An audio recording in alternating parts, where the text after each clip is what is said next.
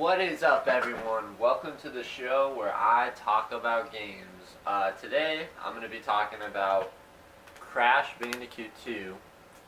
I actually played it on the N-Sane Trilogy for the PlayStation 4. And yeah, so this was my first time actually finishing this game. I was born around the time this game came out, so I was a little too young to experience in my childhood, but I'd say around 2007 or 8 or so, I found Crash Bandicoot 2 at a thrift store for PlayStation 1, and I honestly barely played it then. I guess I just didn't really get into it or whatnot, but I'm glad I finally did. This game was actually really cool. I beat the first one. You can actually look on my channel. I played through the whole thing. If you guys want to watch it, shameless plug there. But I just thought, it'd be logical to move on to the second game, Cortex Strikes back. So I started up, and it was pretty similar to the first one. If you played Crash Bandicoot, it's basically just run to the end of the level, collect fruit and gems, and that's basically it. There's a little bit more of not more of a story, but about the same amount of story there was last time.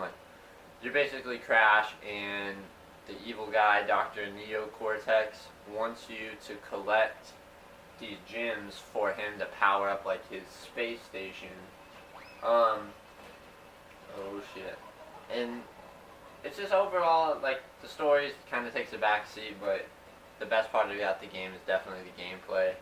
It's just classic. Just, if you can see, you just run down the level as quick as you can. Well, not as quick as you can, but just keep going, smashing boxes, killing enemies, usual platforming stuff, And yeah, like I said, this is my first time playing through this one, and I honestly think I like this one a little bit better than the first one.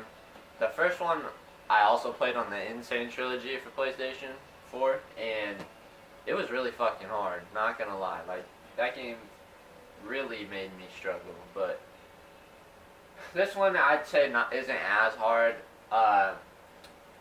You can make the game a lot harder by going for all the gems. See, if you pause, you can collect all these. You collect these ones just going through the main story, which is pretty easy.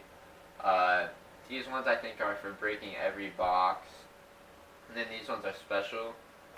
So there's a ton of collectibles, and I even actually found an old Crash Bandicoot 2 strategy guide at a local game store called Vintage Stock, and it was 99 cents. So I was like, I'll pick it up, maybe I'll look through it, because I actually wanted to go through Crash Bandicoot 1 and try to get the platinum on it, and I started going through it, and it was ridiculous. Certain time trials and some of the gems and collecting all the it's a lot harder than I thought it was going to be. So I thought maybe if I wanted to, I could try it for this one, but I'll probably just move on to the next game, because I'm super interested to see how the third one is, because I hear the third one is super good. So excited to do that.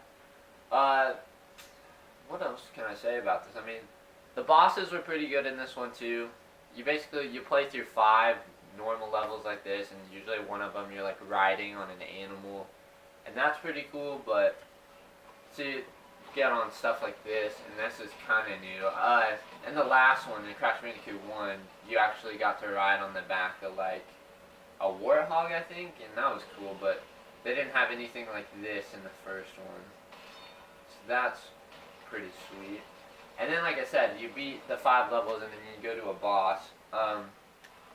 Bosses are pretty simple. None of them gave me any struggle more than probably 5 minutes, which is not hard at all. And I think they even reused a couple of the bosses.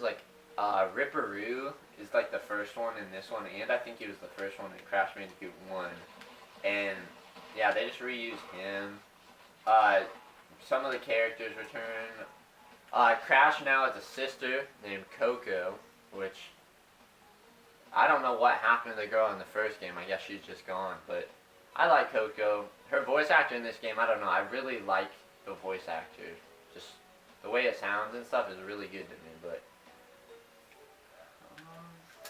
yeah, I mean, I can't think of much else to say. I mean, I'm definitely super excited to check out Crash Bandicoot 3, and I can't wait to continue to check out the other Crash games. Like I picked up the ones on the PS2. I hear those ones aren't the best, but it'll still be cool to check them out.